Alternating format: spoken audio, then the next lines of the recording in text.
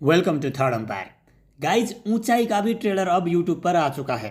हाँ दोस्तों, ऊंचाई एक मूवी है जिसमें अमिताभ बच्चन, अनुपम खेर, बमन ईरानी, डेनी डेंजोंगपा, नीना गुप्ता, सारिका जैसे दिग्गज कलाकार एक साथ नजर आएंगे।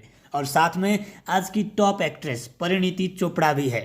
और फिल्म के डायरेक्टर है सूरज बड़जात्या, मतलब कि प्रोड्यूसर है राजश्री प्रोडक्शन।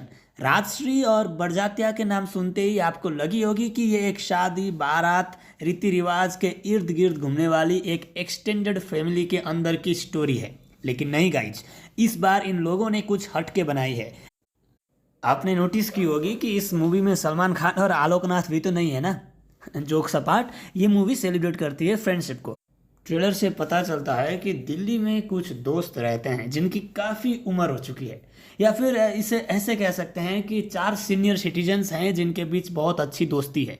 उनमें से एक डेनी डेंजोंगपा का कैरेक्टर है जिसकी बचपन एवरेस्ट एरिया में बीती थी। हो सकता है वो नेपाली किरदार है जो एवरेस्ट एरिया में ही पैदा हुआ, पला बढ़ा और बहुत साल के बाद दिल्ली में रह रहा है।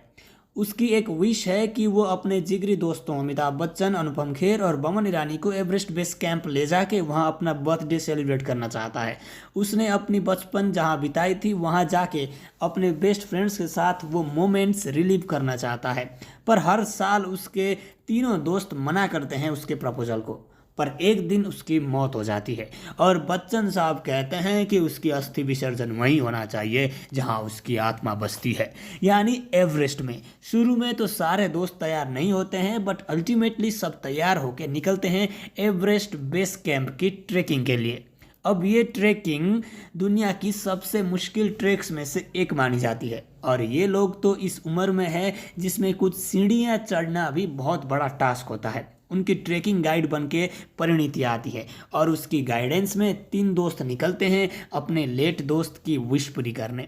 उनको रास्ते में बहुत से रुकावटें आएंगी। उन रुकावटों को चीरते हुए कैसे अपनी मंजिल तक पहुंचेंगे, या पहुंच ही नहीं पाएंगे तो कहां तक पहुंचेंगे, इस जर्नी क्या क्या डिस्कवरी होगी, यही है फिल्म की स्टोरी। जैसे कि रोड ट्रिप मूवीज में होती है, लाइक जिंदगी ना मिलेगी दोबारा, दिल चाहता है और पीकू, जिसमें जर्नी के दौरान कैरेक्टर्स के बीच के इक्वेशंस डेवलप होते हैं। जर्नी के अंत तक सारे कैरेक्टर्स अपने अंदर से ही बदल चुके होते हैं।